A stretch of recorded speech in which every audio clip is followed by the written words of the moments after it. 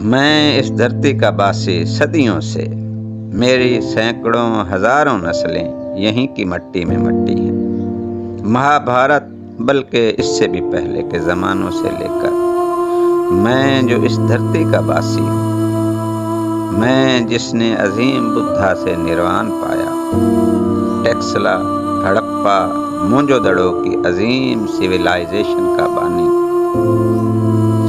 اجنتا اور ایلورا کا مصور، قدیم ویدوں کا مصنف، میں اس دھرتی کا باسی، امن کی تلاش میں جنگوں کا ایندھن، کبھی ارجن، کبھی اشوکا، تو کبھی غزنویوں، لودھیوں اور مغلوں کا، کبھی سات سمندر پار سے آئے انگریز تاجروں کا، غلام ابن غلام ابن غلام، نسلوں سے اپنی اس محرومی سے لڑتا، محکومی سے لڑتا، ہتھیار ڈالتا آیا ہوں۔ میں اس دھرتی کا باسی، میں نے چنگیز خان کی خونخواری بھی سہی تو رنجیت سنگھ کی سکھا شاہی بھی، لیکن میرا مقدر آج بھی وہی ہے۔ اسے بدلنے کے لیے میں نے کیا نہیں کیا۔ ہندو سے بدھ، بدھ سے جین، تو جین سے سکھ، تو سکھوں سے مسلمان بنا، مگر میرا مقدر وہی ذلت، وہی رسوائی۔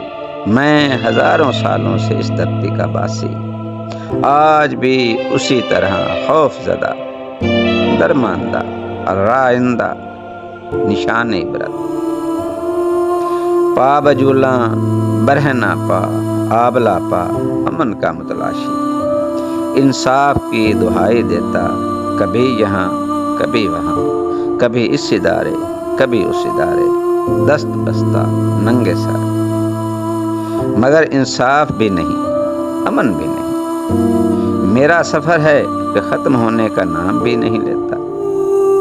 میری صدیوں ہزاروں سالوں کی مسافت آج بھی اسی طرح تلاش منزل میں ہے۔ نام بدلے، زمانے بدلے، نسلیں بدلی، مگر میرا مقدر آج بھی وہی رسوائی ہے۔ میں اس دھرتی کا باسی، میں اس دھرتی کا باسی، میں اس دھرتی